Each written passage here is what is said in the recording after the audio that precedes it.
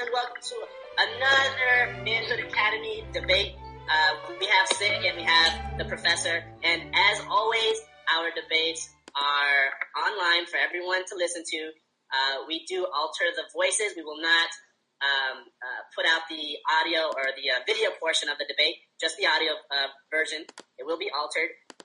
Sig, do you consent for this debate to be posted online? Yes, I do. All right. And I believe we're debating personal responsibility or personal accountability. I have no idea what we're debating. That's the amazing thing. Yeah, I don't know if it's evolution or if just judging from the chat room last night. I thought it was going to be evolution, but then I thought maybe feminism, but I have no idea. Yeah, we don't know yet. So I think it might be like a mixture of a little bit of everything. I don't know. But I hope it covers so many topics. I'm so excited. That'd be fun.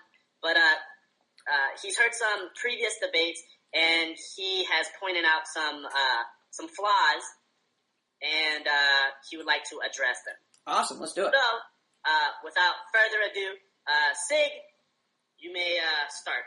All right. Well, this is in reference to some of the debates, like debate number 8 and debate number 6. By the way, could somebody record DBE? Could you record the debates he's referring to? So when we post the our debate, we can reference them. Like if people want to go to the debates he's referencing. Okay. Debate number 8, and which other one was it? Number 6, and also I don't remember what number, but the debate. Do you remember the subject? Was it like debating a man-child or debating a pseudo-intellectual, or which one was it? There was man-child, pseudo-intellectual, and I think the last one was the nice guy lawyer. No, the one. Okay. I think he had issues with debating a professional victim. Oh, okay. The rape victim. No, I'm not sure if it was that one, but let's see. Number 8, the man-child. Number 6, the pseudo-intellectual. Right. And I don't remember what number it was, but it's the one where the woman had a boyfriend who sexually assaulted her. That's the rape one. That's okay, yeah. Debating a professional victim. Right, and it seemed that there was some apparent contradiction from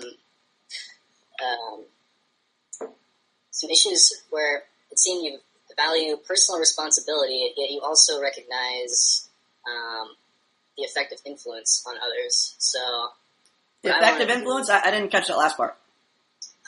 Influence on others. Like in debate number 6, you. No, I got the part where you said you seem to value personal responsibility and something. Yeah, and outside influence, like the way outside influence can control you to some degree. Okay, so I think you're kind of trying to say that on one hand, I'm personally accountable, but on the other hand, it's forces outside my control. Outside my control. I'm not accountable. That's what you're trying to say. Yes, but I'm saying what you were saying on 2 different debates. Okay. That such as in the example, say a woman dresses slutty and gets raped or something. Okay. Correct me if I'm wrong, but you would say that the woman is responsible just as much as the rapist. Correct. However, it seems that... So I would say that there's a dual shared responsibility. The woman dressing like a slut, that's her fault, and she should be held accountable for that, as well as the man, raping the girl or acting on his... And see, I wouldn't even necessarily use the term rape, because it's one thing if a woman's inside of her house and a guy breaks in and rapes her.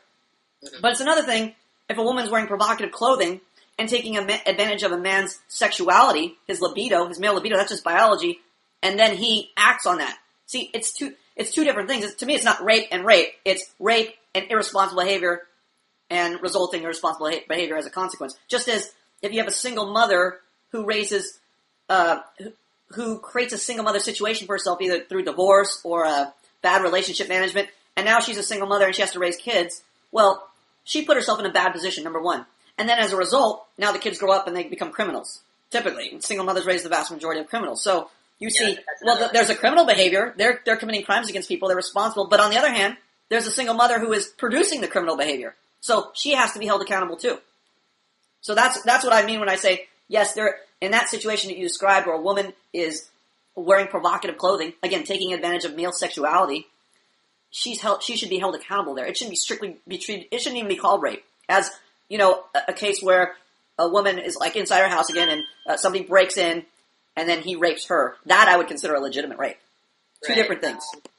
I would agree with you and say that she shoulders some each party shoulders some responsibility, but they're definitely not equal, and they shouldn't receive the equal punishment as you tried to push in debate number 6, debating with a pseudo-intellectual on the subject of the single mother. Okay. You pushed the point that the single mother would share equal responsibility with the that she raised. I agree. I think they should share equal responsibility, just as in the rape case or in the single mother case. To say that the criminal raised by the single mother should get any more than 50%, or I think that the criminal should actually have less responsibility because they're kind of like a product of their environment. They were raised by a single mother who raised them so poorly that they became criminals. They didn't choose to be raised by a single mother. They had no say in the matter. So, okay, so at the very least, I make a concession and say 50%, but I would never dare to say that the criminal is more accountable than the woman who raised him. I would never say that. Yeah, I know, but you'd say they'd be equal. And my position is that they would be proportional based on the level of control they have over the situation. Now, the criminal certainly has more control over themselves than the mother having control over what actions the child will eventually get into.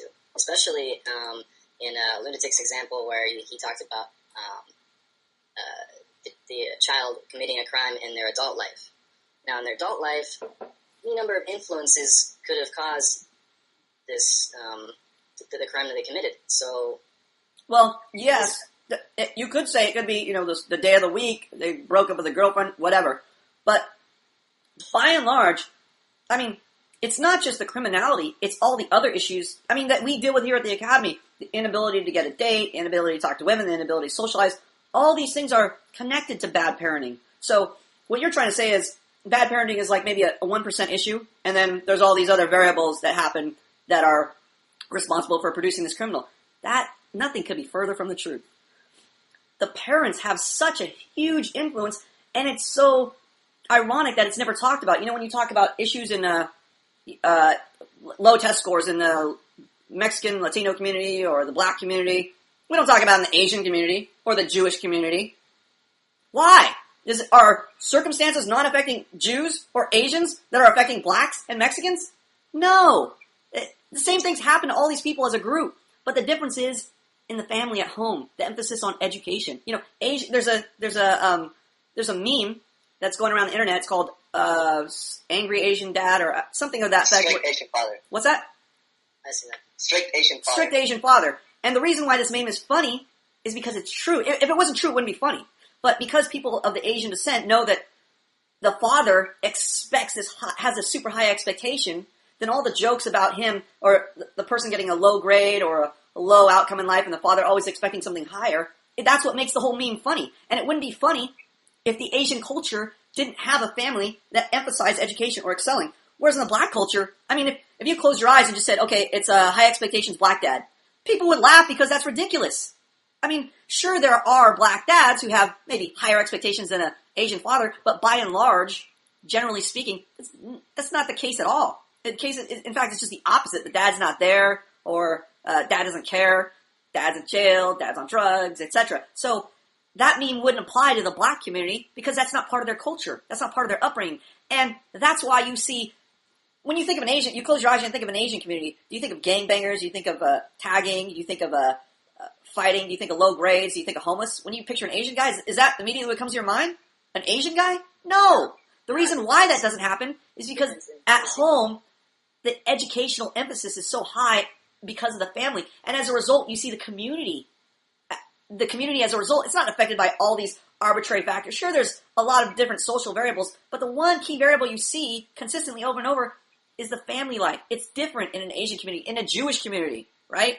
Jews have if you want to talk about outside factors that would lead to criminality, the Jewish community pretty much takes the cake. I mean, people talk about, blacks were enslaved. That statement says to me, this guy knows nothing about white slavery, knows nothing about Jews. I mean, when you want to talk about enslavement, the Jews were some of the first people to be enslaved. And look at their community. They're like the doctors, they're the lawyers, they're the bankers. Why? Is it just circumstances have been terrible for the Jews? But yet, again, emphasis at home, expectations at home, much higher. So that produces a certain type of person. Just like when you have a single mother who has no ability to raise a child in a functional manner, you see the result of that. That's why when they take polls of who ends up in jail, it's the children of single mothers because the dad isn't there. That you need the guy to give the children direction. That's the point of having the dad there. He is the guiding force. The mother's the nurturing, the caring. Great, that's fine. You need that too. You can't just have the direction without the personal element, the things that the mother brings to the table. But without the father, it's like not having a map and wandering through the desert. You're going to die. Yeah, sure, one guy may make it out of there, but by and large, if you're lost in desert without a map, you have no idea which way to go, you're going to die. People who are raised by single mothers express criminality because of their upbringing, not because of all these little socioeconomic factors. And that's a problem because they never talk about that. When they're talking about education problems, they always say it's the peer group, it's this influence, it's all these other factors but the family, because it's very politically incorrect to say that this community is raising somebody poorly. It's politically incorrect to even make that point. Well, let me address your points about the various cultures. The way, my understanding of Jewish culture, they were discriminated against, but they ended up being pushed into positions which ended up being in much higher demand. They ended up... yeah, but they had a choice to be in any position. Why would they just... I mean, they could have been basketball players. They could have been...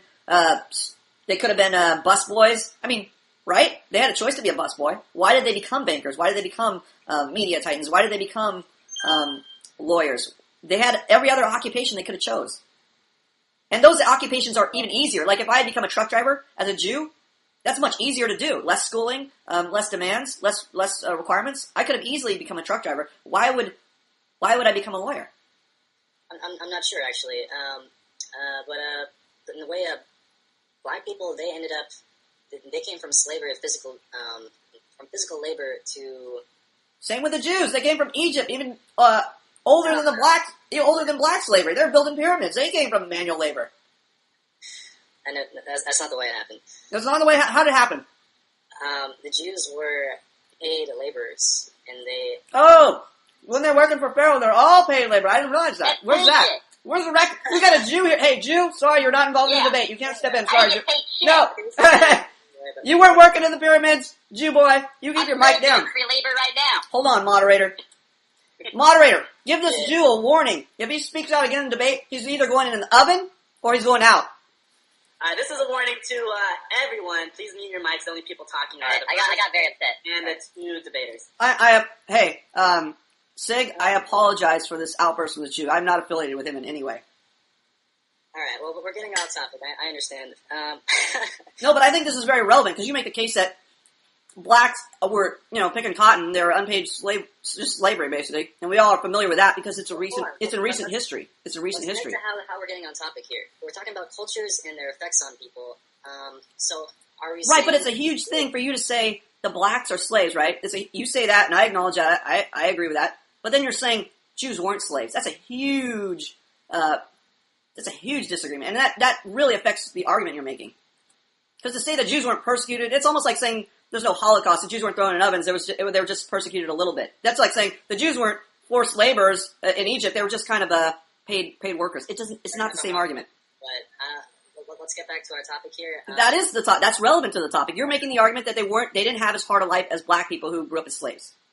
Okay, but I'll concede that point. But we're talking about... Well, that was easy. Woo! Good. Put a point on the chalkboard for me. Congrats. But we're talking about personal responsibility and influence. Okay. What are you saying here? That culture has... by the way, can you turn up your... Sorry, I don't mean to interrupt you, but can you turn up your mic a little bit, or is that as high as it goes? I'm not sure how to do that. Just speak up. Just speak a little louder, please. I want to make sure... I don't want to miss what you're saying. All right. So... What are you saying? You're saying that culture has too much of an effect on people, and that they aren't as personally responsible when they're in regards to how they're raised? Exactly. I'm saying that as a child, you don't have a say who your parents are, where you're born, what environment you're born into. So that plays a huge role in how you turn out. You can't just say that, too bad you're born here in this environment. And you just have to overcome that. The cultural upbringing determines who you are. Who are we to hold accountable? The parents? Yes, for sure. The parents. We should hold them accountable too. How much accountable? Should they be equally accountable? Yes! I feel like Lunatic has already reduced this to absurdity by showing you that if you hold everyone accountable in that way, then everyone up the whole line is equally accountable. Yes! Now you're getting the point. How is that absurd? That's common sense. If you produce a problem, look at control over ourselves. We have the ability to change. I thought you also. Oh, really? So that's why when we close our eyes and we make that meme, we just pervert that meme and make it into high expectations, black father. Everybody just naturally agrees with that, right? Everybody will just spontaneously say, "Oh, of course, all black peoples have high expectations." And if you don't believe that, you're just racist or you're just unfairly stereotyping people. You think people are going to agree with you? The problem is you're thinking that responsibility or accountability is binary. It's either on or off. It's either you're responsible or you're not. But no, I just told you there's two parts of this responsibility. Yes, there's the single mother part of it. Yes. Which you don't agree with. But there is also, just as I was raised by a single mother, and my life is a certain way, I'm still responsible for my choices in that context. Overall, if you want to talk about shared responsibility, it's like there's everybody has something they're doing, but it's out of their hands and why they're doing it. So, I'll give you an example. I can rob a bank. Well, I should get punished for robbing the bank I took from these people, right? But why am I robbing the bank? I was raised in a poor environment that caused me to rob that bank. I mean, if I had people supporting me, if I had a job, if I had training, if I had social skills, if I had all these things that are necessary for human life, I wouldn't turn this way into a life of crime to rob this bank. So to say that, it's just one or the other, it doesn't even make sense. It's like saying, you just raise a human, but your argument, let me go down the line with your argument where the logical conclusion there is. Your argument basically says that whatever you do to educate the person, whether they're in a good home or bad home, whether they're sexually abused or not sexually abused, whether they come from money or no money, whether they're educated or not educated, it doesn't matter. That's what your argument says. That says all that training doesn't matter. You're discounting the whole point of even going to school if you just say, well, the individual is just responsible for themselves and nothing that happens to them influences their life. The way society raises them, what they see on TV, what they see on the news, doesn't matter. Not influential. Why do we have R ratings on movies? Why do we have restrictions on things?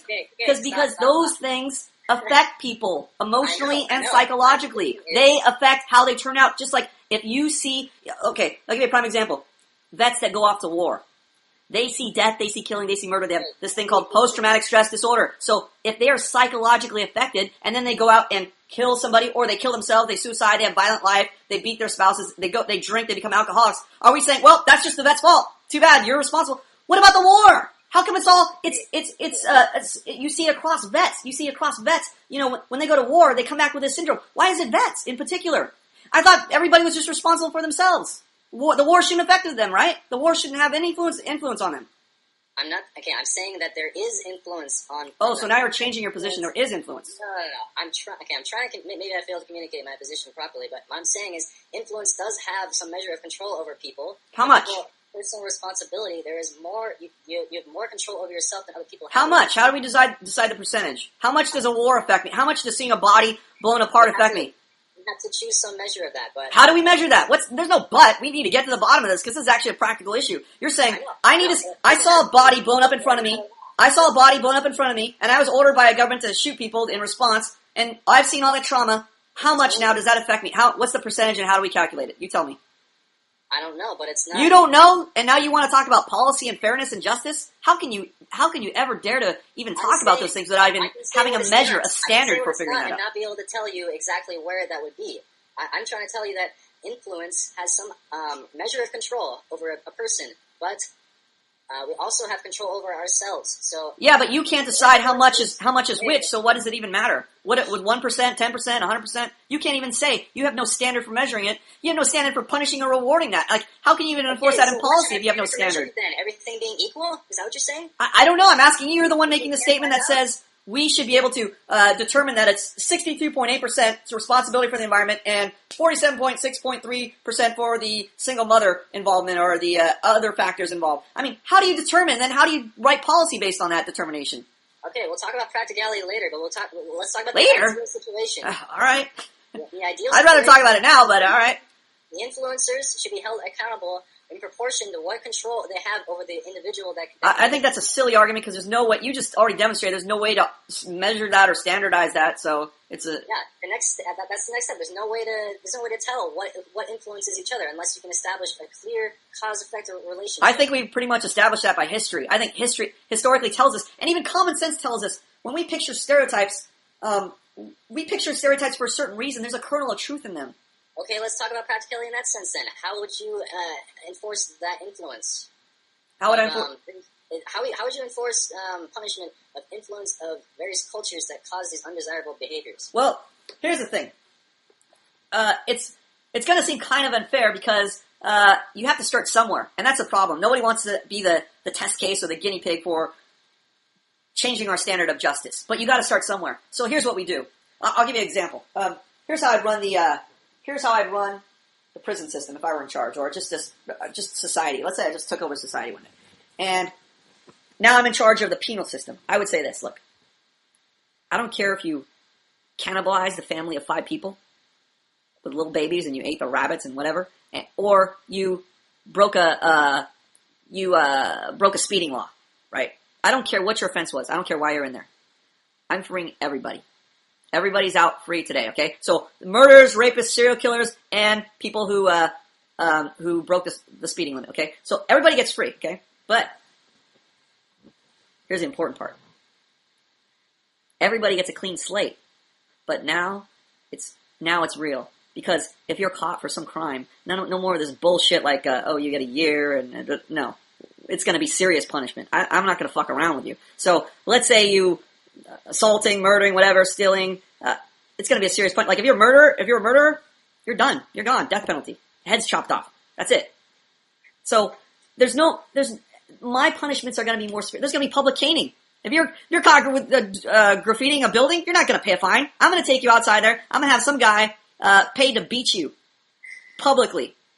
So I'm going to make the punishments more severe now so that you're accountable. Now, I realize that there are some criminals who are career criminals because they've been raised in such an environment that they just accepted it. I mean, it's just their worldview now. So when they commit crimes, I mean, if I'm freeing career gangbangers, they're going to go right back to the game. They're not going to just turn around a new leaf just because I said so. But at least I'm going to give them the benefit of the doubt and say, look, because the current justice system is bullshit, I'm going to institute a new justice system. But I still know there's a certain percentage who are going to fuck up. I'm not going to get them out of punishment just because I know they're going to fuck up. I'm still going to make them accountable for their actions. But in the process, this is going to teach the future generations after them that they will be accountable. Just like this. Okay, here let me make this more practical so people understand what I'm talking about. Let's say we're talking about the principle of gravity. If people jump off a cliff, they'll fall down and everybody who jumps off a cliff, they're going to die. Whether it's a cat, a baby, an old man, they're going to die. Okay, but somehow our current justice system is like, we found an artificial way to circumvent gravity. So if you step off a cliff now, today, there's either there's an emergency balloon slide inflates or something happens where it just prevents you from dying, from falling. Okay, here's what I'm going to do. I'm removing the emergency procedure that prevents gravity from taking effect on your body once you step off that cliff. But I'm not necessarily going to say you can't step off the cliff. You can still step off the cliff, but now instead of that emergency procedure that would save you from the consequence of stepping off the cliff, now you got to pay for that consequence yourself. Now if you step off the cliff, you die. So that's going to teach people who witnessed that person jumping off the cliff before there was an emergency procedure that saved them. There's still people who are used to that, and they're going to think, oh, that emergency procedure is still in place. They wouldn't do that to me, and they jump off. They're going to die. And then the person that sees that is going to go, oh, they're not fucking around. I better be very careful with my actions around this cliff. I better be very careful with my actions in society now. I better be very careful how I treat other people now because there are real consequences now. There's no artificial government in the way to enact artificial barriers that prevent me from experiencing this consequence. Just like there's no more balloon or safety net once I jump off this cliff. I will actually experience the effects of gravity. I will experience the effects of my choices. There's not going to be an artificial buffer that saves me. So that would be my justice system. Do you see what I'm saying now? As far as, sure, there's the influence, like people are used to just jumping off the cliff, just like people are used to being gangbangers and having a gangbanger lifestyle, and just because I let them free doesn't mean they're going to turn over a new leaf. There are some people who are still going to test that line. But once they test that line and reap that huge consequence, the next generation is going to learn, and they're going to say, oh, I don't want to reap that huge consequence, therefore I'm not going to do it. I'm not going to jump off the cliff. I'm not going to get involved in gang life. I'm not going to do this or that. So that, putting the punishment back in punishment is a huge part of deterring crime, is a huge part of disciplining an individual, is a huge part of making a functional community. Because if you just make a law like we have today and you have so many ways to get out of reaping the consequence of breaking that law, the law is meaningless. To many people, the law is meaningless. It's a game. It's a game. I would argue that the law, it's already pretty crippling to people. I would argue it's not. I would argue if you, there's all kinds of cases we see where, a heinous crime, and in one case it's 20 years to life. In another case, they get parole in 6 months. And that's it. What? It's like the same crime, but two different judges, two different standards of justice. You see this all the time.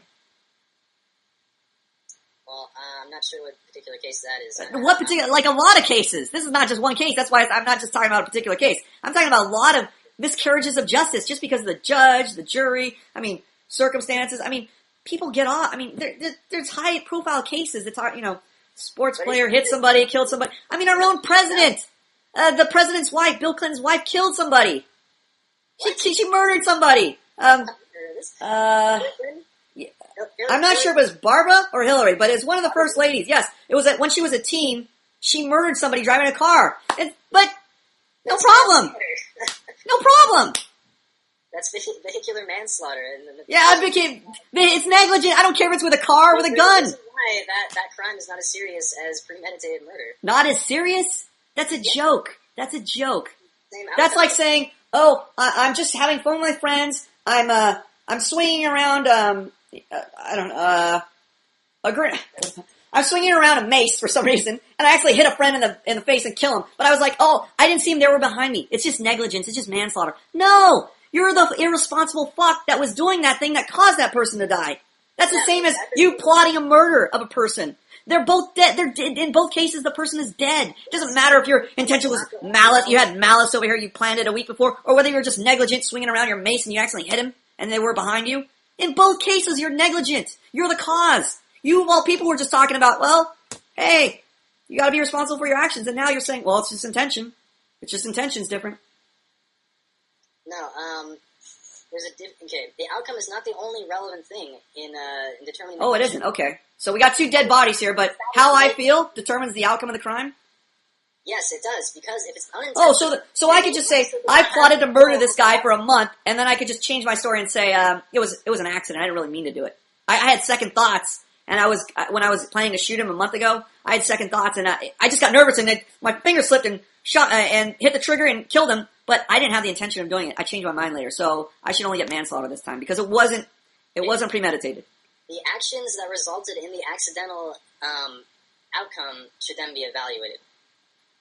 Are you fucking high? That's what we do today. I'm not saying if you pull the trigger and you can no longer control where the bullet is going. But I could just say it was an accident. I didn't mean to shoot him. I was nervous. I just got nervous. My finger slipped. I didn't mean to shoot him. His decision to hold the gun and point at them before, which wasn't accidental, would then be evaluated. Yeah, but it was an accident. You're saying that anyone can claim... Exactly. That's exactly what it allows for. You're saying the dead bodies are irrelevant. It's the contingent upon the person who caused the accident. Their intention. You know how narcissistic that sounds? You got two dead bodies over here in two separate cases. They're both dead. They both don't get to experience life. But the punishment of the person who caused the death just depends on what the person was thinking and feeling at the time. You know how narcissistic and unjust that is? Define how they're causing it. And imagine a situation... How they're causing it is irrelevant. They're negligent. They caused it. Okay, so what if someone steps on an invisible button that levels an entire town? Should they be held responsible? An invisible button? Okay. No idea that would happen. So I didn't realize I would, stepping on this, I don't know if I can make this case tangible. I'm trying to think of a case where it'd be like an accident.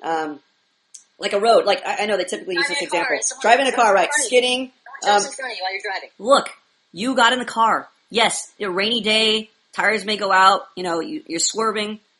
Guess what? You still got in the car. Either you're not going to get in the car in the rainy day as a consequence of having to reap that result, or you're going to drive much slower so you won't fishtail and kill another person. Yeah, but to what degree of control do you have over making the decision to drive in the car and you're... Well, then, if you're going to go that route, we could say, the breeze, it was it cooled me. Therefore, it chilled my neurons, which couldn't concentrate. So now before I was going to cause bodily harm to this person, but because of the weather, it affected the brain chemistry in my head, and now I did something as a result of that. I mean, how many factors, and how do we calculate all these factors? You wouldn't actually be able to calculate it accurately. You have to do it subjectively. So justice is now subjective. How is your system any better than my system? At least I have a standard for my system. Your system, I just say, hey, I feel like this guy looks guilty. I'm at risk of getting beheaded because I might hit somebody. He looks black enough, he's guilty. This guy looks dumb enough, he's guilty. I mean, it's so subjective. It's okay. You use certain objective measurements, but like what? Like, you have to evaluate their decision-making process. Yeah, I have to. How do I evaluate their decision-making process again? How do you do it? Well, you heard of the modus operandi? That their motive, So I tell you my motive. It was an accident. There's my motive. Then, okay, if you do something by accident, how much control do you have? Okay, so like I said, I was pointing the gun at you. I didn't mean to shoot you. It was an accident. Then I should get off free. You meant to point the gun at them. What's that? You meant to buy the gun. You meant to point the gun at them. No, it was. I was meant to point it. I was swerving around with my hand. And I meant to point it at this tree over here, but they just happened to be in the way. I didn't see them. It was an accident. Okay, you would have to approve that statement. I have to prove it? What are you talking about? Approve it. You have to prove it, not approve it. How do I prove that I was in a car and I was swerving and I lost control? How do I prove I wasn't just negligent?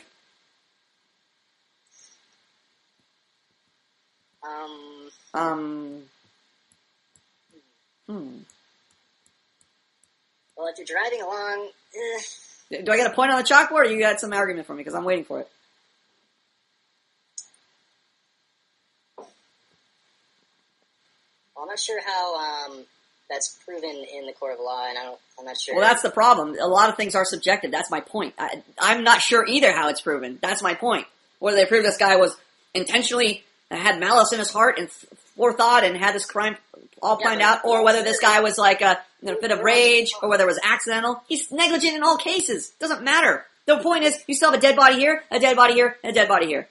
Your alternative is that if I drive a car and at the normal speed limit, and somebody cleverly wants to kill themselves and jumps in front, and they die, your alternative is that I am just as guilty as someone who did it premeditatedly. They jumped in front of the car and wanted to commit suicide. So, isn't that kind of a different circumstance where a person is jumping in front of the car versus you're driving into the person? Because it seems like two different things. Like, it's almost like saying, I'm pointing a gun at you versus you grab my hand and put it on the trigger and pull the trigger. It seems like you're initiating the action. So you're the responsible party in that case. You see what I'm saying? Like, there's a difference between me pointing a gun at you and shooting you versus you grabbing my hand, putting it on the gun, pointing it to your head, and pulling the trigger. Yes, technically, I'm holding the gun and shooting you, but you are the one causing the action to happen. What if you're driving along a piece of fucking cardboard that goes on your windshield, and you crash into somebody, and they die? Is that your fault? Okay, so this thing is blowing around in a windstorm, right? Yeah, sure. I don't know. How fast are you driving in a windstorm? I mean, windstorm. It doesn't have to be. You're negligent, aren't you? Are you negligent? Can't you drive slower in a windstorm? Sure. Do you choose to go the speed you're going? Yes, it just you chose to drive a car. I mean, how? And then you have no control over. Negligence is nowhere near comparable to something like premeditated murder. You're talking about apples and oranges here. Let's stick to one case and then let's apply it to show how they're analogous. How they're all the same, because one in different situations. Okay, let me think about this for a second. So you're driving along, cardboard blows over your window, and you hit the family in front of you and you kill somebody. Cardboard blowing. That's called what they call the act of God. This is kind of a tough one, but I always lean on the side of you're still accountable because, you could drive, like I said, like the circumstance, in what circumstance is there going to be cardboard? Okay, if it's blowing off of somebody's truck and it lands on your windshield, I'm holding the person who didn't tie their cardboard down. They're accountable for causing the accident that caused you to kill. Or if there's a windstorm blowing the cardboard, you should be a careful driver and be slowing down. So in either case, you're just kind of like throwing the circumstance out there without even investigating the cause of the circumstance. That's relevant. And you're talking about causes here. Like, how did the cardboard get on the windshield? Was it just blown there because it's a windstorm and the person's I'm driving? An example of an unforeseen circumstance. You're claiming that we can foresee. Well, then we could say I didn't know the law existed. You know a common argument people make. You know a common argument people make is I didn't know that law existed. What does the law tell you? Ignorance is no excuse, right? Isn't that a common law? I didn't know it was illegal to murder. I didn't know it was illegal to steal. I didn't know it was illegal to do that. Can't we just say that? Can't we use that as a defense? No. No, we can't. But there you go. No. The law already tells you that. How is that relevant to our discussion? Because you're talking about me driving down the road and a piece of cardboard ends up on my front windshield. Is it blown there, or is it because this guy was negligent over here, didn't tie down his cardboard, and now it ended up on my windshield? In that case, yes, I killed the person, but he's the one who's responsible because it's like I said in the previous example, it's like I have a gun and I have a hand, but this person took my hand, put it on the gun, and pulled the trigger. Yeah, technically I'm touching the gun, but this person is causing the action to happen. Just like technically I killed the driver, but it was because this person ahead of me was negligent and did not tie down their cardboard. They ultimately caused the murder of this person over here. That that case also applies to the person who stepped on the invisible button and blew up the building. Yes, technically they caused it, but there was somebody who put that invisible button there, and then somebody stepped on it. So they're the person who's responsible, not the person who stepped on it. Now just the different influences. What about when there are two different... No, I'm talking about root cause. I'm interested in root cause. Okay, but sometimes there isn't a root cause. What do you mean sometimes there isn't a root cause? Sometimes there's a bunch of different influences causing one thing to happen. Such as? How about your Marilyn Manson example with lunatic? You said that that Marilyn Manson's influence was the cause of it. Marilyn Manson's influence was the cause of... Wait, no. Was it Charles Manson? Charles Manson, okay. The Charles Manson... Right, okay. So we talked about Charles Manson influencing people to cause the Tate and LaBianca murders. Yes, he caused it, but what about the kids that actually committed the acts? Are they not also responsible? Yeah, just like didn't we just talk about that? I mean, there's a difference between me telling you, go kill these people, and then me putting a gun to your head and say, pull that trigger or else I'm going to shoot you. I mean, it's hard. Yes, it's hard because these people have been influenced by Charles Manson and whatnot, but like you said, I mean, holding people accountable, it's just like when I release all the criminals, right? And I release all the gangbangers, and I say, now if you commit crimes, there's going to be serious penalties. But aren't they still raised as gangbangers? Didn't they still have this poor environment, poor upbringing? Aren't they still going to go back to this gangbanging lifestyle? Even though I said, hey, everybody has a fresh slate now, but now the punishment is more serious. I mean, aren't they still going to fuck up? Yes. But we got to start somewhere. That's my point. It may not be fair, but we got to start somewhere and say somebody has to be held accountable, and we have to teach people that they will be held accountable too. And if we have to make examples of people to do that, so be it. It's just like saying somebody died when they fell off a cliff, and then they put warning signs. You know, I've been on a hike where they said, this hike is very dangerous. 8 people have died this year. They put that warning sign up there because those 8 people died. So now people are warned. I didn't want those people to die. It's sad that they had to die, but now as a result, people are going to be more careful because they know there's a consequence. But that would be the point of public caning. Like, if somebody saw you graffiti... How limiting are we supposed to... what limits are we supposed to put on ourselves to avoid any kind of small risk that will cause us to be implicated in some crime that's going to be subject to draconian punishment?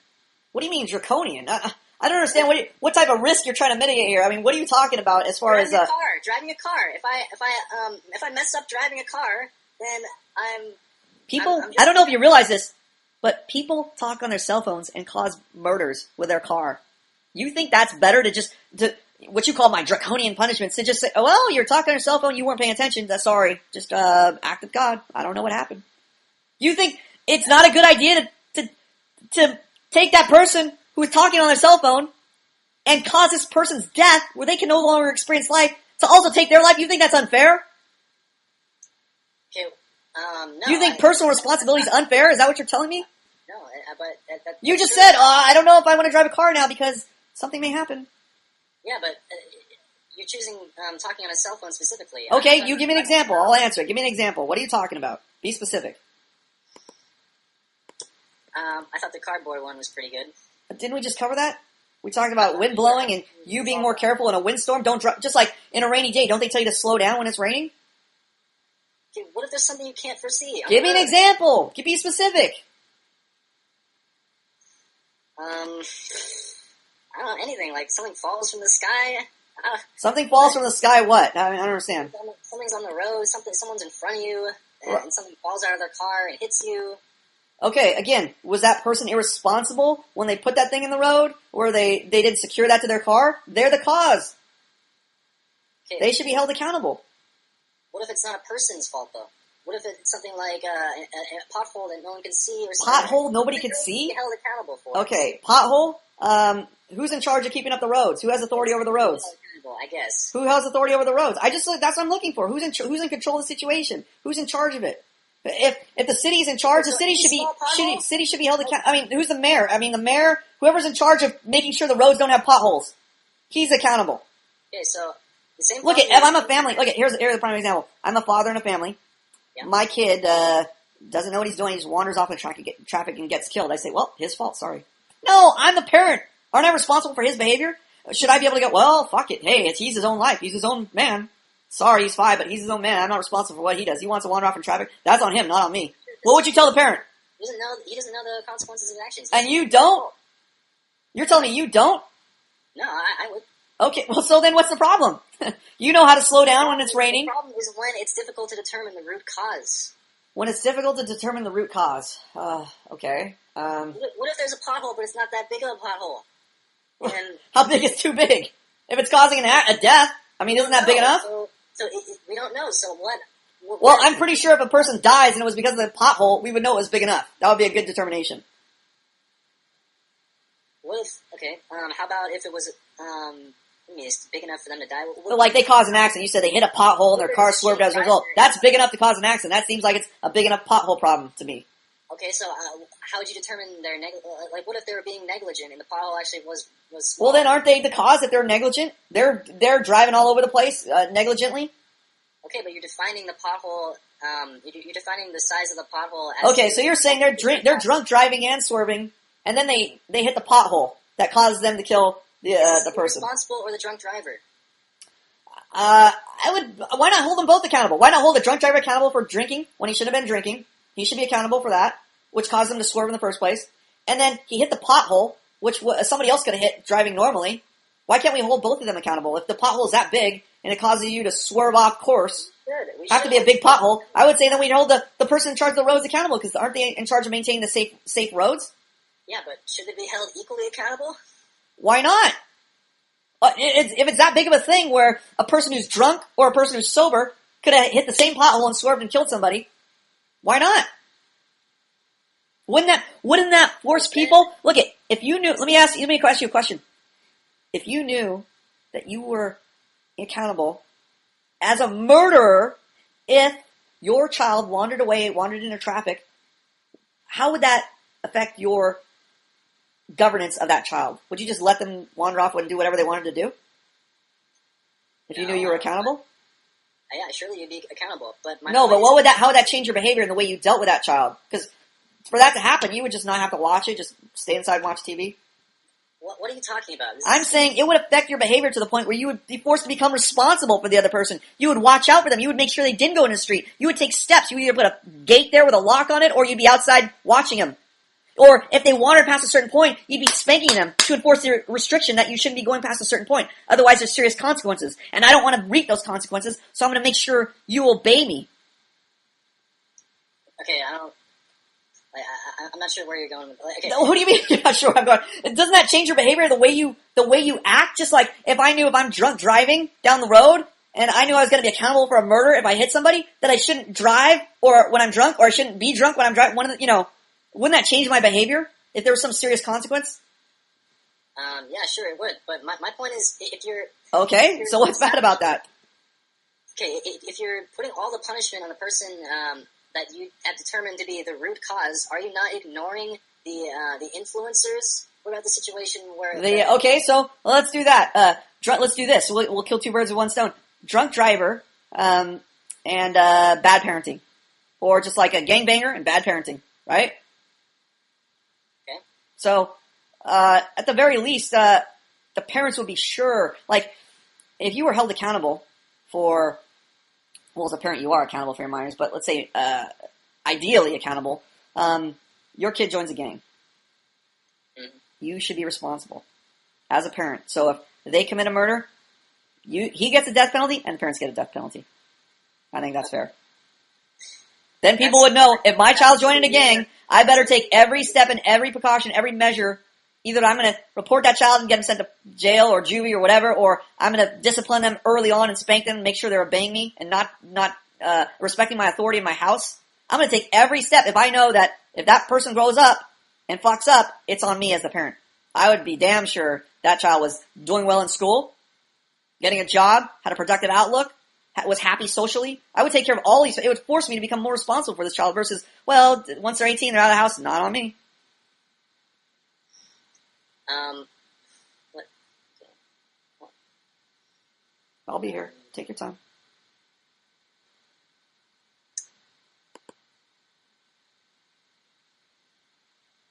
Do you want to go to the audience, or you want to take your time to form your thought? Well, we just usually take a break every so often just to poll the audience just to get their reactions, but we could keep going and hear more of your arguments. Actually, I'm ready. So, in that situation, under your harsh justice system. Harsh justice system. I like how you characterize it. Okay. I would call it fair justice system, but you can call it harsh. Okay. Harsher, a more accountable justice system. All right. In that situation with the gangbanger, any difference in proportionality between who gets punished more or not wouldn't matter in that situation because they still would get the maximum punishment. Depends on the crime. Like if they're stealing something, I wouldn't kill them for that. But if they did take a life, yeah, for sure. I would put the parents to death, and I'd put the gangbanger to death. If they were stealing, I wouldn't. That doesn't warrant the death penalty to me. Something else. Would they still get the equal punishment though? Yes, for sure. It would cause more accountability. I'm not really convinced that they should be equal in that situation, but I am very convinced because I know that if we did institute that would immediately change parenting. Immediately, either people would just not have kids; they'd be like too big a risk, or they would start going, "Look, I don't want to have this consequence visited on me. Therefore, I'm going to be much more careful how I'm parenting my child. I'm going to realize it's a responsibility." Whereas people, when they have kids, they don't even look at it as a responsibility. They look at it as a fashionable thing to do. I want kids, or because my friends have kids, or I'm bored, I'm lonely, I want to have a kid. They don't look at it as a responsibility. Like, there are obligations and duties that come along with raising this kid. I better take care of these obligations and duties. Otherwise, I'm going to get fucked. Well, I think we fundamentally disagree on how much a parent influences their child, but I guess you are the parent, so I guess I'll have to defer to you on that one. But what about other situations of influence where another person influences a person to do a crime? Like, how would you determine the root cause, or would you instead choose to punish both of them equally? If someone tells someone that I'm gonna steal your car if you don't murder somebody. Steal your car if you don't murder somebody. What degree of coercion is enough for the coercer to be held as the root cause? Like, isn't it much easier if we got to determine how much control they have? Like, are they in control? Are they like the parent? They're telling their child to do something. They have a strict control over them, or is it just like a peer, like your buddy at school? I mean, what's the relationship? Well, I'm saying that I'm trying to establish a way of determining who is the root cause and who should be punished in a situation. I would say, like, to the degree where the person, trying to influence the other person has control over their livelihood. For instance, employment, their life. They're going to kill them if they don't do something. There's some negative consequence where they have control over the person's life. So let's say for whatever reason you could fire me, or you could, if I didn't embezzle funds. Something like that. If it gets really close, where the influence seems just as influencing as their ability to control themselves and not make the crime, you would instead punish both of them? Here's the problem. I would say yeah to that. Here's the problem. A lot of your cases right now you're trying to address like 1,000 symptoms resulting from one root problem. Bad upbringing, bad person in charge, raising bad people, causing a lot of problems, a multitude of different problems.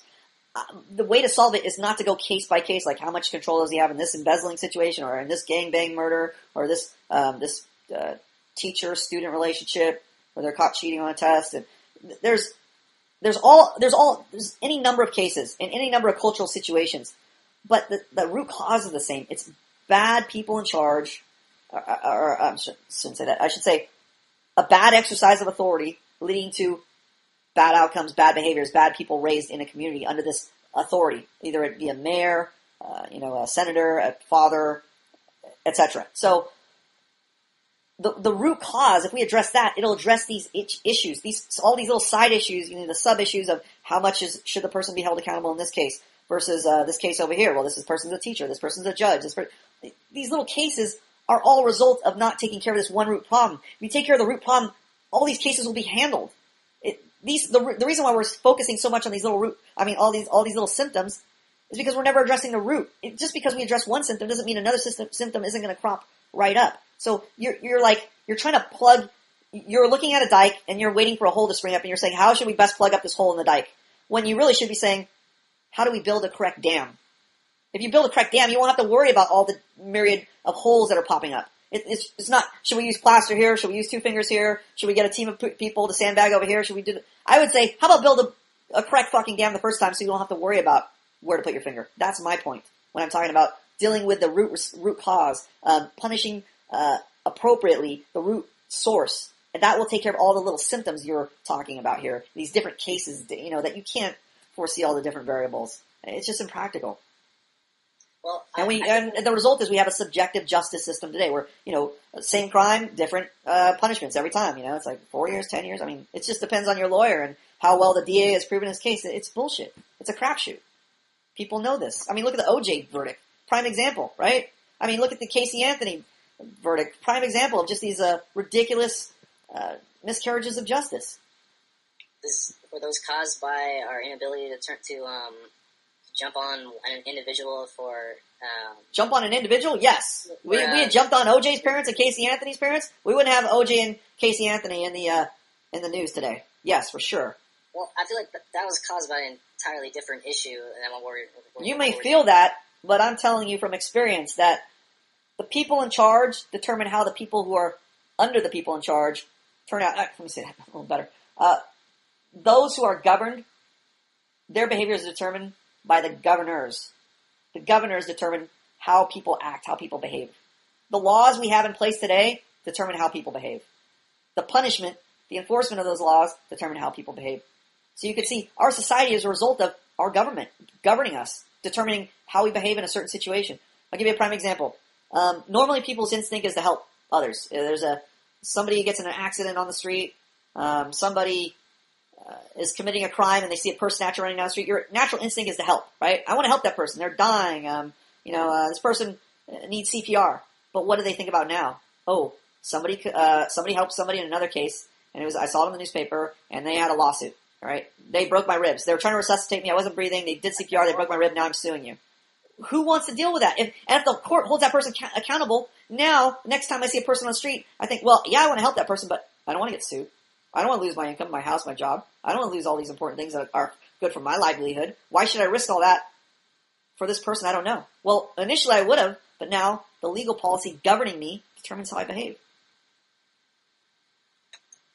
Okay, so those problems are completely different problems, but you're saying that they're the same problem. It's just your solution solves my issue with the way you govern determines how the governees act. Okay, sure. Just like how the parents govern the children determines how they act. Why would you go to school if training didn't determine how you acted? I'm sure it does. Well, then you just undermine your whole argument. You're sure it does. If you're sure it does, then you should be sure that the parents who are training you, who are, quote, quote, schooling you, determine how you come out. How is that not common sense? You yourself are experiencing it. You're going to school. You're becoming a doctor, a lawyer. You're training. That's going to, the level of education, how competent your teachers are. They're going to determine your habits, how ethical you are, how studious you are, how diligent you are. They're going to determine all of that. I had bad teachers and I had good teachers, and that determined how I studied, if I passed tests or not, how I thought of myself as a student, how I proceeded in life. They influenced that. They were in charge of me. Okay, so your solution to that problem is to hold those in charge accountable. Yes, to stop worrying about the little solutions, the every situation where this person did this person did this person did this. What are all the varying factors? I say, look at the people in charge. Look at the parents. So you're basically just establishing that they're the root cause and that they should be punished. Only them? Not only that, I thought we just talked about this. It was the look at, like the gangbanger, like I said, remember we let all the people out of jail, and we gave everybody a fresh slate? Well, we know the gangbangers, some of them are still gonna go back to gangbanging. Well, that's the result of their influence, their poor parenting, and, resulting in them becoming a gangbanger. So, they're still gonna commit the crime, so they should still be held accountable, right? They get the death penalty, they go out and shoot somebody, they carjack somebody, and it ends up in a murder. They should be held accountable for the murder, but now we also go to the parents and say, this is your child. Sorry. We must be just because we want to prevent this from happening in the future. We're going to execute you too, to send a message to future parents. Don't be fucking negligent with your children. Take care of your children. Don't be lax. This is a responsibility, an obligation, not a hobby, not something to keep you from being lonely, not something to do because your friends have kids.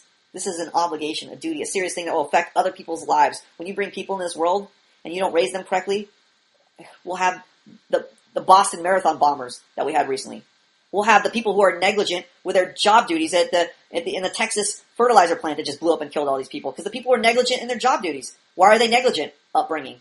If their parents and teachers taught them how to be ethical, how to be diligent in their work, they wouldn't have excess ammonium nitrate past the government regulations allowed at that plant, which caused the explosion. They would be ethical. They would be moral. They would be diligent to make sure they were meeting the expectations and the limits, the social limits put on them by the legal policies, right? But they weren't diligent to do that. They weren't ethical enough to do that. They had poor training. You have to blame the people who raised them. You have to blame the people who educated them. That's why they made those decisions. They made those decisions based on their level of education, based on their level of training. Just like the people who bombed the Boston Marathon, those kids did so based on their level of education, based on their level of training. Okay, but how much control does each person have over what they will eventually do? I mean, it seems like if I was teaching somebody, how much would I have to teach them in order to prevent being implicated? Well, let's put it this way: much more so than they're doing now. I think the ridiculous, our ridiculous American school system it's an indictment of the American school system. It's telling us our school system is complete shit, and we know it. We're ranked last. So to say that you're making it sound like we're only number 2 and we're just trying to get to number 1, how much does it take? We're not even doing anything right in the school system. So when you say that tells me you're naive to what's going on in the school system right now. It's horrible. It's horrible. So if I hold them accountable, it'll be better than horrible, at the very least. It's not like we're number 2 right now. I mean, if we were number 2 in education, or if we properly educated people, we wouldn't have the social problems we have today.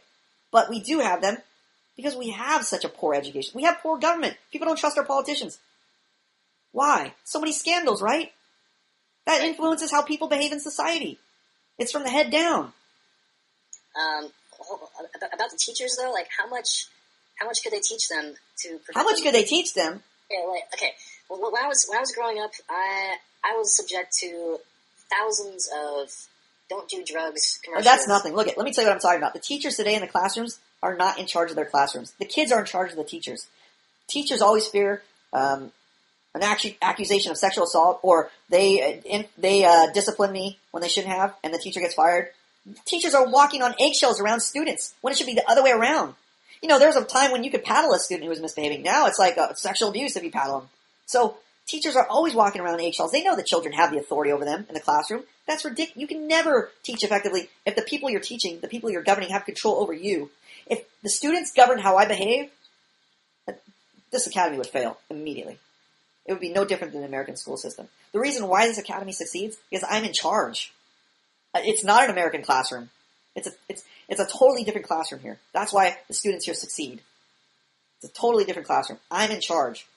I don't give them the opportunity to make me walk on eggshells around how I should do things, because I know how to do things correctly as far as governing their education, governing their behavior here.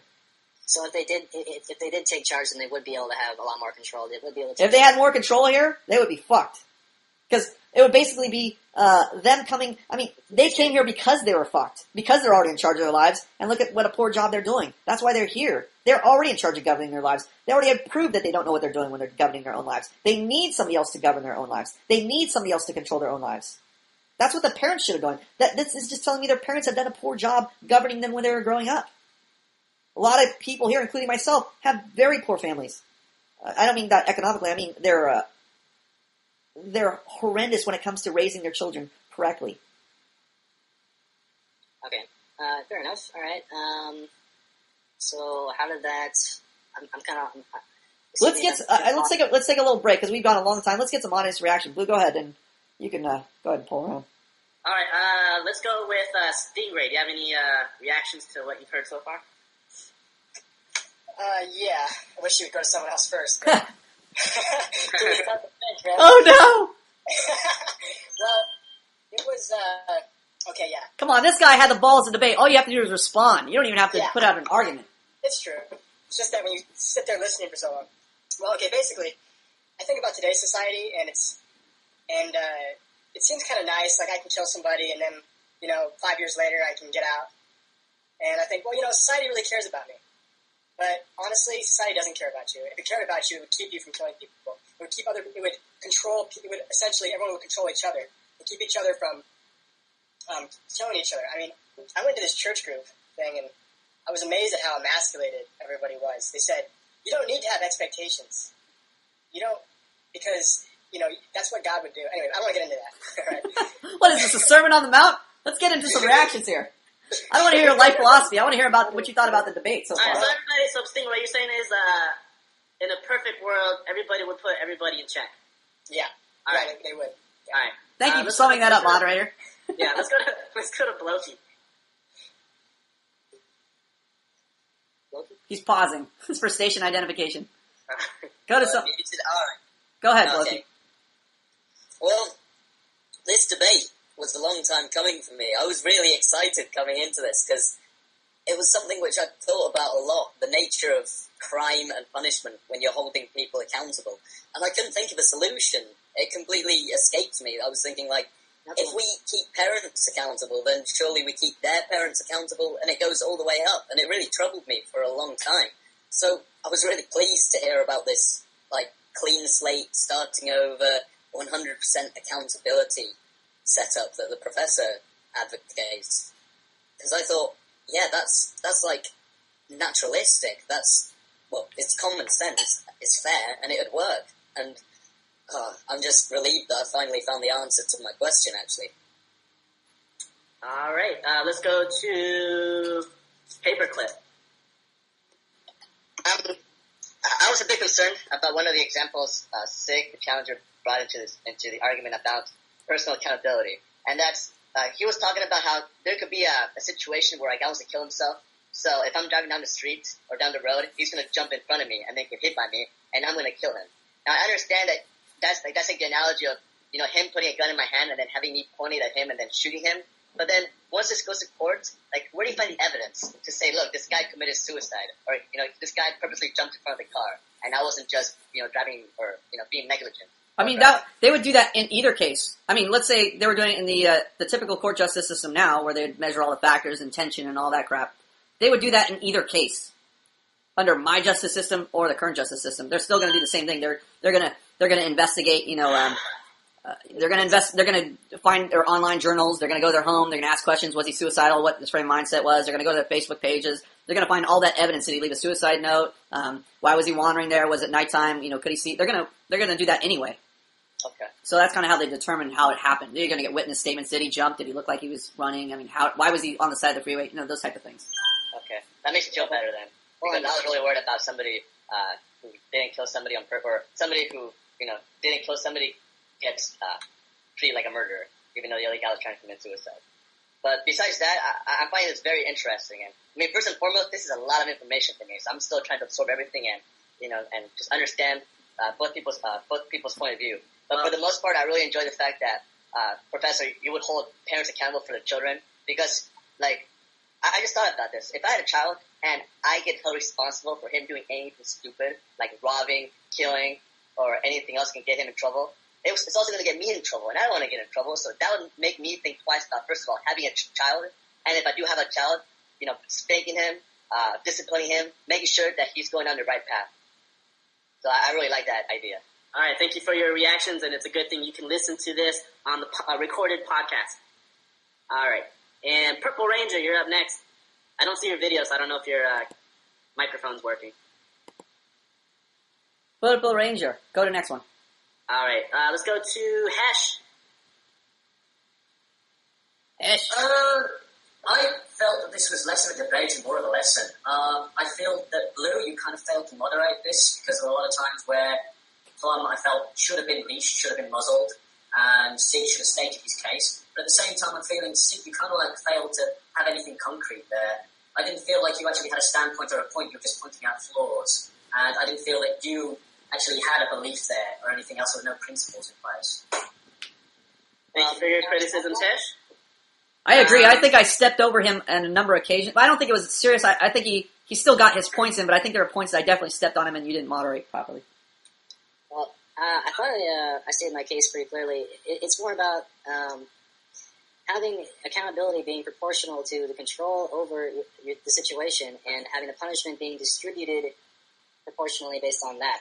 Does that make sense? So basically what you're trying to say is, does the punishment fit the crime? Exactly. Yes. Proportional to the action. Right. The reason why... Does Sorry. this punishment fit your degree of control over the outcome? Right. But the reason why, Blue, I didn't ultimately, say something to you is I feel that he got his point across. There wasn't a point where he couldn't say whatever he needed to say. That's what I... So I didn't really care that I cut him off, because eventually I still gave him room to state his full point. He didn't not state his full point. All right, well, I'm going to cut you off now because we have a lot of... Go ahead, sorry. So let's go to Pinata. Pinata, Okay, I don't think unmute. Pinata is there, so Okay, we'll go. go to Poser. Your thoughts, your reactions to the debate. Yeah, I enjoyed listening to the debate, even though it's not like one of those, ones with chicks where there's drama going on and all kind of craziness, or sometimes the chicks stripping. I liked that this was thoughtful from both sides. I liked how Sig was, instead of getting dramatic, he was like making points, and sure, you may not it's not making the strongest point, but he's like, what about this? And like the other guy said, it was a good lesson. Like when I saw what from addressing the things Sig was pointing out, it was I could think of how in my own life, my parenting has caused me a lot of problems. So it made a lot of sense. One thing though, I was trying to wrap my head around and I was having trouble was where is the different in terms of what Plum said? Where is the differentiation in terms of someone committing a crime due to ill will and someone committing a crime due to negligence? The ill will crime, how is that not more evil than a negligent crime? I feel that the difference wasn't addressed by Professor. I don't think. Well, I don't think it's even relevant. I think if the dead body's there in either case, whether you're ill will or you're negligent, it's irrelevant to me. So the greater evil is irrelevant. I don't think it's necessarily. I mean, to me, being negligent is evil in itself. It's like you're not caring about your fellow human being. So whether you intended to kill him or whether you were just negligent because you didn't respect his life enough to even take precautions around people, in either case, to me, it's an act of malice. All right, thank you for the clarification. And I hope Sig becomes a student here like Lunatic did. I'd like to be at the top of that. Yeah. All right, thank you for your reaction, Poser. Let's go to Reed. Hi. I wanted to say that when I first heard Professor speak that he would release everyone in jail and give him a clean state, the first thing I thought was, I panicked. I would be like, that doesn't make sense. But towards the end, as he explained it more, then it started to catch on to me that people would be more accountable to their actions. And what I wanted to say was that this is true, especially, and I know from experience that because I have no accountability to the things I do, I don't act the way I should. Since I don't get punished if I don't do most of my homework, I don't do most of my homework because I can get away with it. I don't get punished because I don't work hard, I can get away with it. So if I had punishments, I would definitely change my behavior. And that's what, I don't know if, Sig, you were getting at, that if we were more accountable to our actions, we would definitely change our behavior. Just the fact that I don't care that the teachers in my school tell me, well, you're not doing great. And I'm like, okay, well, I can get away with it, so it doesn't matter, right? So definitely, same thing, if I had a child, I would probably change my behavior if I was going to be more accountable to it. So I think the accountability part's going to fix a lot of problems, and that's why I was glad to hear that last part. You just thought I was going to let them all free. What if I just left it all there? I'm just going to let them all free. Yeah, that's when I was panicking. I was like, fuck, my family's not even close to me. What am I going to do? So I'm glad he got to that. And besides that, same thing, I thought that the debate was more like a lesson more than a debate. But I'm glad these points are getting cleared up. All right. That's all I have to say. Great reaction and improvement over last time. Yeah. Furniture, you're up next. Okay. I liked how you guys went into depth about the specifics, and like he kept the other guy, Sig, I think is his name. He was like digging deeper into the issues about like who, like getting to the root of who's being accountable, which I thought was nice. I liked how the punishments, what you were saying, like you kill a person, you get held accountable for killing the person, like they get killed. I liked how that creates like a clear boundary for people. Like it's not chaotic. Like it's not different punishments for the same crime. And I think that'll create like a stable environment where you know where the edge of the cliff is, and where to not step off of it. And I think that'll create good fear in the community, and it'll bring us closer together. Everybody, let's sing Kumbaya. I thought I was startled because I came out of furniture. It was very articulate. It was very well put. I was very moved, I should say. But I had another point or question actually. Why not kill the gangbanger that kills whoever and just cut off the arm of like the parents? Possible solution. You know what? That's a possibility. Maybe. I don't know. I'm open to hear suggestions on this one. So what's cutting the As long arm as it's off? severe. I mean, cutting your arm off is a pretty severe punishment. All right, let's go to the next person.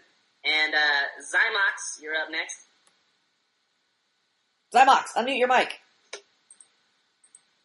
Okay, maybe I don't think Zymox is Next available, person. so we'll go to Marlo. Yeah, I agree with Poser. This debate was more like a conversation, more like a regular hangout. It wasn't very provocative. It wasn't interesting like the other debates. F you! Sorry. And It was interesting.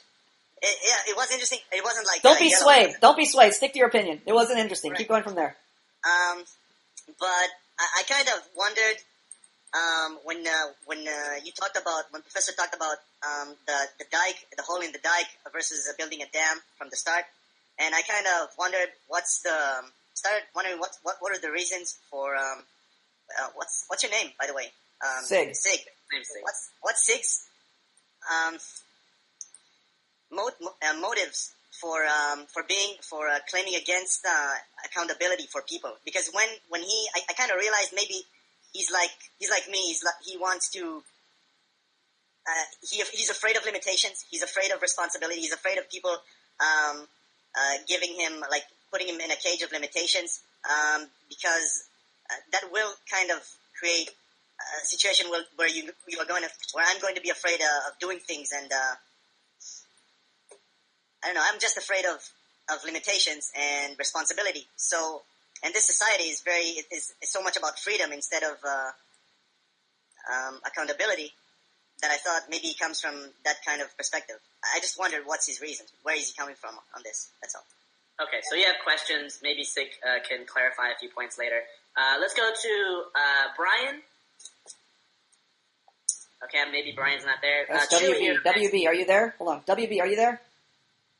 Go ahead, Chewy. Chewy. Yeah. Okay, I missed a lot of it. Of course you I do. agree with a lot. Yeah, I agree with a lot of the other people. But I just don't want to. Can you wait till after I'm dead to start this? Because in the short term, I don't want all the murderers to be out. So if we can wait like 70 years, that'd be good. But I mean, the whole point of this academy is really to focus on principles and focus on the long-term solution, not the short-term, Band-Aid alleviation. So I agree that if you really want to solve problems, it needs to be drastic change. It needs to be a drastic change, because then you're going to have little instances of a shooting there at some high school, and then a bombing, and it's always going to be things like that, and it'll probably even get worse if it's not fixed. But on the other side, I'm a little bit selfish, and I'm like, I don't really want the prisons to be open right now. All right. I have my own reaction. Wait, did everybody give their reaction already? I think everybody. DVP didn't go. Oh wait, I'm sorry. I have to go the other way now. Yeah, anybody that we missed, make sure you give your reaction. Yeah. Let's go to DBE. I apologize. No problem, man. Professor, when you were talking about, I'm kind of speaking to the audience here. I know that when Professor says, if you kill somebody, you're going to be executed, your parents are going to be executed, and however far down the line you want to go, they're going to be executed. That sounds extreme. But the alternative, when you think about it, is even worse. If you don't hold them accountable, the next generation, like let's say you execute that family, the next generation is going to smarten up. They're not going to, you're going to have far, far, far less murders the next generation. How would we start with a less extreme punishment than that? What? Sorry. How would we start with a less extreme punishment down the line than murder? Well, we're letting them all free and we're having a clean slate. We're starting with an extreme punishment to get them to smarten the fuck up right away. We don't want to wait like hundreds of years to get them to change. Let's just like Tom said, it's like you have to have the guinea pig.